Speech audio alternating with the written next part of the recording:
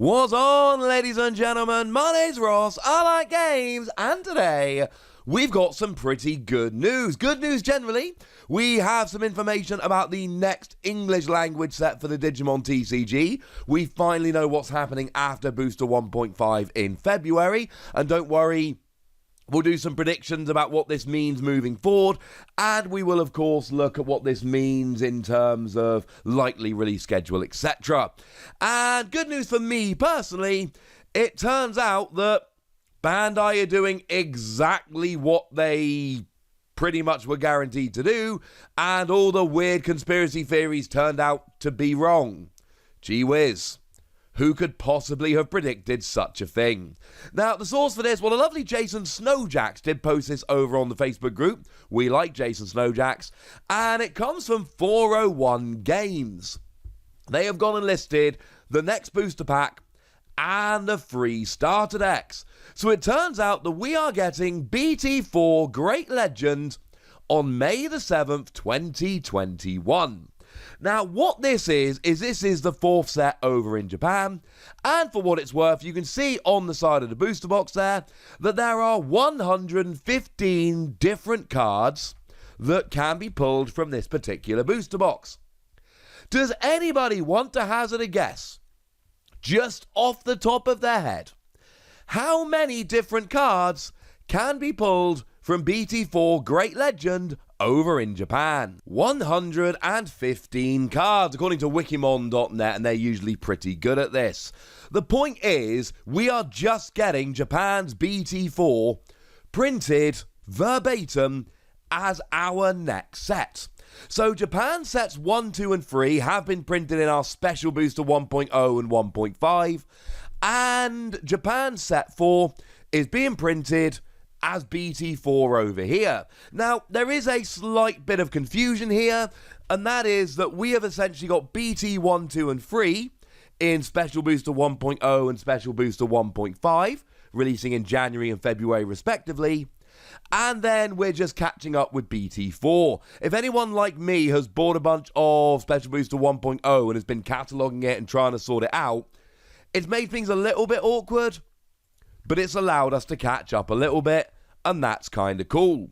Now, the one easy prediction to make here, and it is a very easy prediction to make, is that from now on, we are going to be getting the Japanese sets printed over here.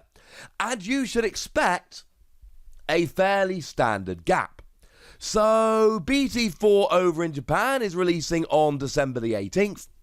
BT4 over here is releasing on May the 7th. That is about a 5-month gap, which means you should expect BT5 about 5 months after it comes out in Japan. And you should expect this moving forward. Now, one thing I've already seen from a whole bunch of people, and it is a fair question, why would we rush to catch up with sets 1, 2, and 3 in Special Booster 1.0 and 1.5 if we're then just going to maintain a 5-month gap? And the answer is pretty obvious. To maintain a 5-month gap. Booster 1 came out in Japan in May. We were not ready to launch that in October. BT2 came out in Japan in July. We're not ready to release that in December. And BT3 came out in October. Do you want to wait until March? And that was like the very, very tail end of October. So we would be getting it at the very end of March, beginning of April, rather than having BT3 concluded a month or two earlier in February. And when we're looking at these trading card games, I see an awful lot of people who make completely baseless assumptions and try and convince everyone they're correct. Now, for what it's worth, my background, for those that don't know, I've got a degree in law focusing on business topics, and I've been teaching business for a decade and a half. So I like to think when it comes to business, I kind of know my stuff. And when it comes to TCGs, I like to think I kind of know my stuff. And the thing is, everybody's been talking about catching up with Japan.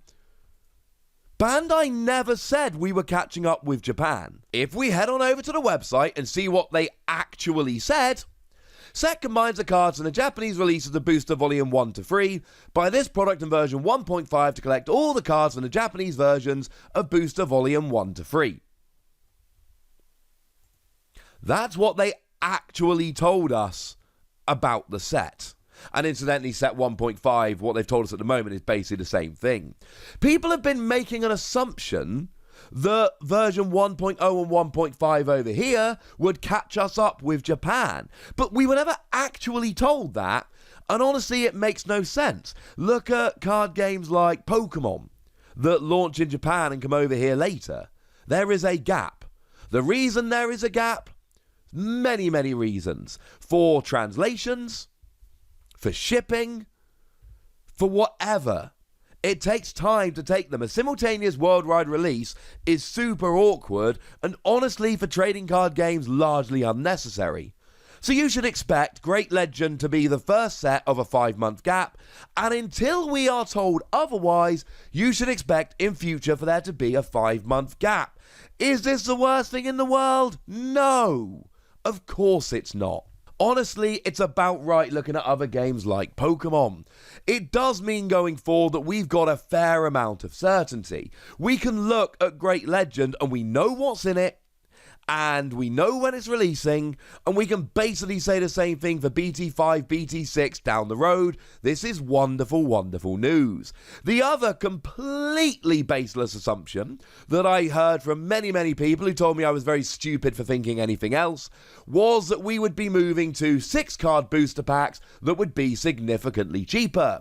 Well, in a shocking twist that nobody could possibly have predicted, yeah, they're going to be 12-card packs. And they're going to be 24 packs in a box. In fact, the booster boxes for BT4 look exactly the same as the booster boxes for set 1.0 and 1.5 over here. Of course they do. In business, we have 2 different types of pricing. Well, there's many different types, but 2 that are relevant here. We've got penetration pricing, where you start low and raise when you gain a foothold, and price skimming, where you start high because you're guaranteed to make sales, and then lower the price when the early nerds drop off. Well, you cannot use price skimming for trading card games.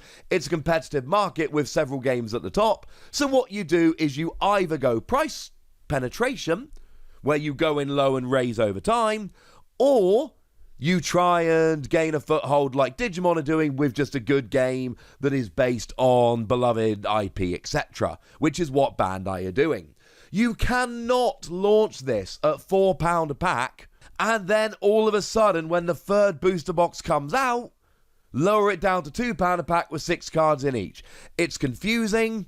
It's awkward, and when you consider that a lot of product is going to be bought for parents and relatives for children, you do not want to confuse them. So this was always going to have 12 cards in a pack, 24 packs in a box, and we don't know about pull rates, but 2 rares per pack, 7 super rares, and 2 secret rares / alternate art in a box. I can't tell you that will definitely be the pull rates moving forward, but I can tell you that this makes the most sense. Now, pull rates are very awkward because, of course, if we look at Booster 1.0 over here, we didn't have 115 different cards that could be pulled from the booster pack. We had 187. So there is a chance that the pull rates actually are less impressive because there are going to be fewer rares, fewer super rares, etc. But given that there are the same number of cards per pack and the same number of packs per box, I think we're going to see the same kind of pull rates. I am not so sure about this because we are talking a set which is about 2/3 the size of Booster 1.0, so they might reduce the pull rates down. I personally think they won't, but this is more of a prediction than something I think we can safely say. There were always going to be 12 cards per pack, and they were always going to be the same price. But pull rates, because the set is 2/3 of the size, you could imagine it coming down. The other information we have, and again, this was an extremely easy prediction to make, we are going to be getting the Giga Green, Machine Black, and Venomous Violet starter decks. They are going to be about the same price you would expect, and they are going to include a booster pack. And although it's not 100% confirmed yet, you can take it as read that these will have the same set list, or same deck list, as they do over in Japan. I have covered the green and black decks. The purple deck will be covered very, very shortly. To be fair, we've covered like the Digitama and the Tamer and the level 6s. We've covered like half the deck, but there are a few cards we haven't covered. We will get to them shortly. Please don't worry your pretty little heads about it. And what we've got here is a really nice roadmap for how the TCG is being translated from Japanese into English. Oh, I should mention, the starter decks are coming out in May as well, given that they came out, you know, a couple of weeks before BT4 in Japan. This makes sense. And you can expect the next lot of starter decks to come out with or just before the set they come out with or just before over in Japan. We are getting these products on about a 5-month delay, and it seems like we are going to be getting pretty much verbatim what Japan is getting. Their sets are just being given to us as our sets. Their decks are being given to us as our decks. The number of cards per pack and packs per box are going to be different, but that's because it's the English language model rather than the Japanese model. You wouldn't bring the Japanese model over here. We have different habits as consumers. It doesn't make sense. I do think it's also very fair to assume that the box toppers for the Japanese packs will be the same as the box toppers for the Japanese packs or box over here.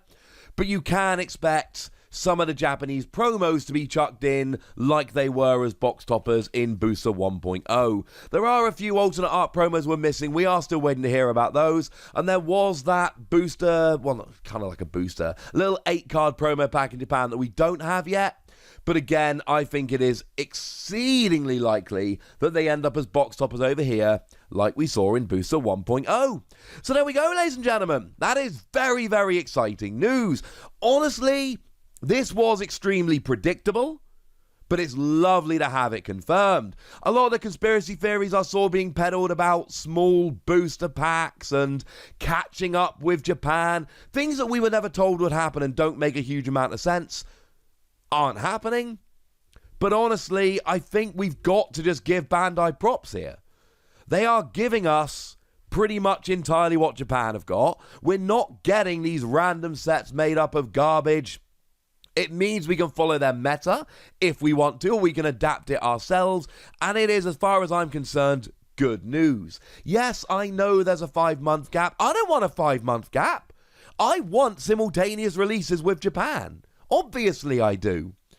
But the fact of the matter is, when you look at all the issues, the logistics, the translations, etc., it's just not terribly likely.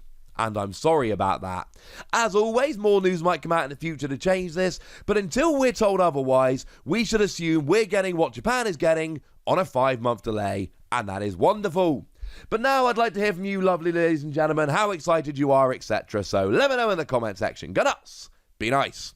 And then make sure you like this video, subscribe to this channel, follow me on Twitter at TheWasi. That's where we talk Digimon and a bunch of other card games. And please do consider checking out patreon.com/PTCGradio, where you can support the channel, get some bonus podcasts and all kinds of fun stuff. But by far the most important thing, as always, look after yourselves till next time, would ya? Thank you very much for watching. My name's Ross, and you've been watching Wasi Plays.